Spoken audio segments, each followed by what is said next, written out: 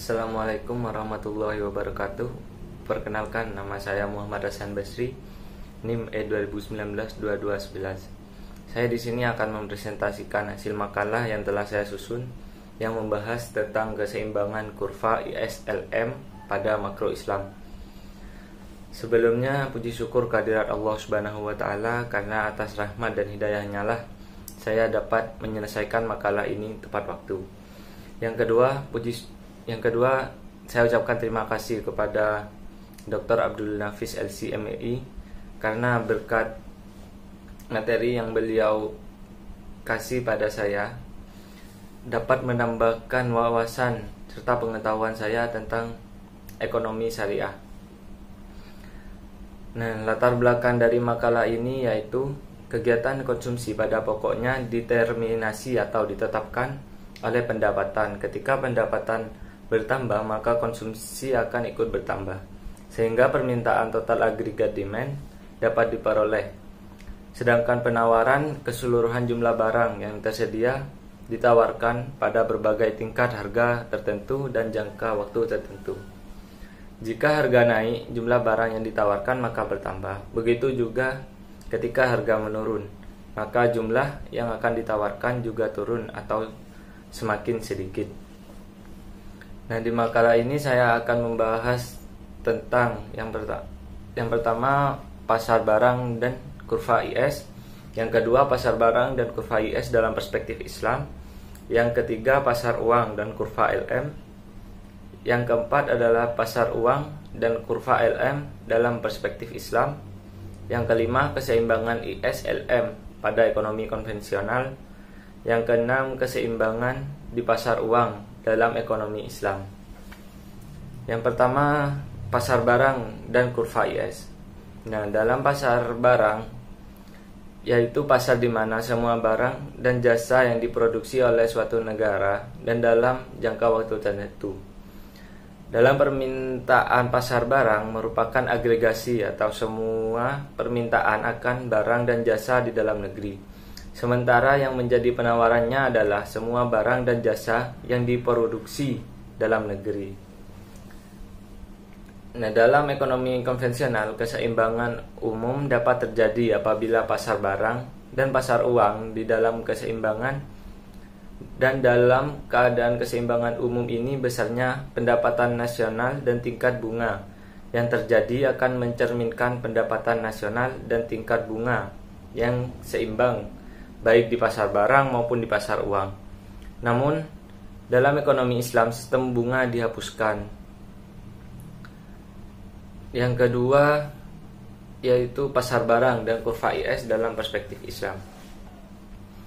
Pada sistem ekonomi Islam, bunga tidak diberlakukan, sehingga keseimbangan di pasar barang pada ekonomi Islam ini sangat berbeda dengan keseimbangan pasar barang pada sistem ekonomi konvensional.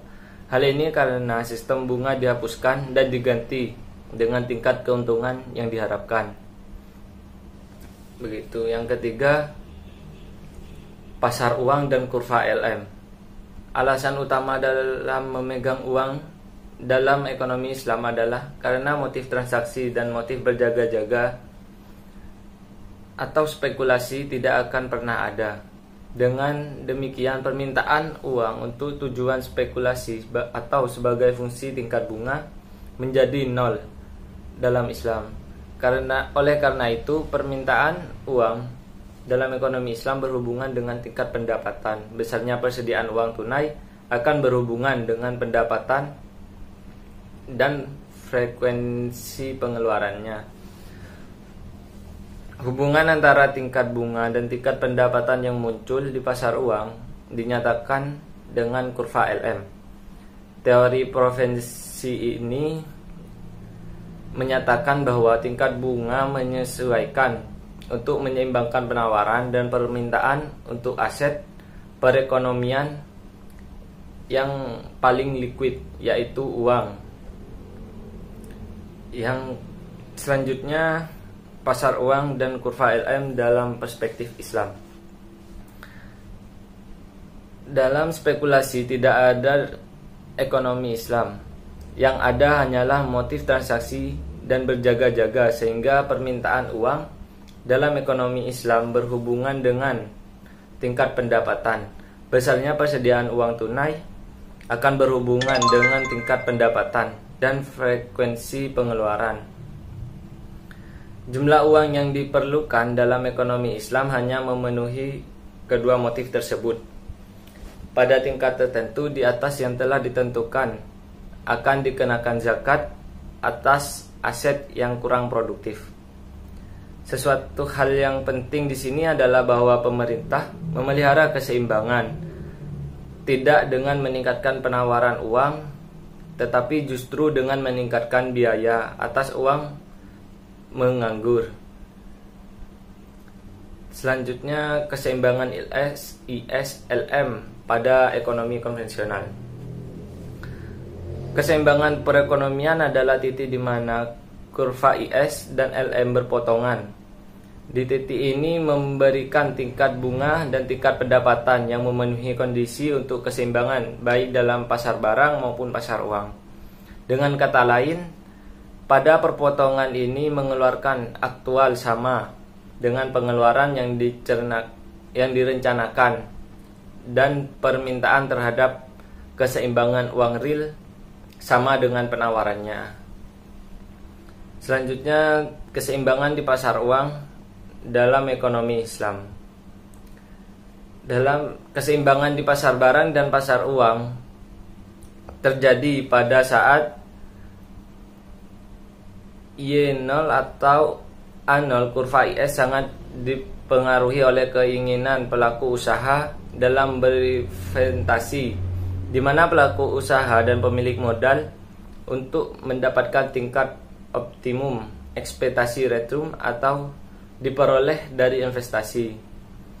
Tingkat optimum ekspektasi return dipresentasikan pada rasio, sehingga kurva LM dipengaruhi oleh tingkat yang rendah, penyebab keinginan dari pemilik modal untuk memegang uang dan memanfaatkan uang tersebut untuk motif altruistik. Kesimpulan dari makalah ini yaitu pasar barang adalah pasar di mana semua barang dan jasa yang diperoleh oleh suatu negara dan dalam jangka waktu tertentu. Permintaan dalam pasar barang merupakan agregasi dari semua permintaan akan barang dan jasa di dalam negeri.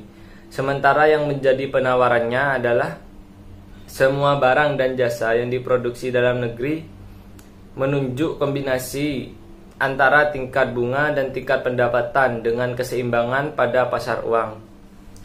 Mungkin sekian presentasi pada kali ini. Apabila ada yang dipertanyakan, mungkin bisa langsung ditulis di kolom komentar. Sekian dari saya. Wassalamualaikum warahmatullahi wabarakatuh.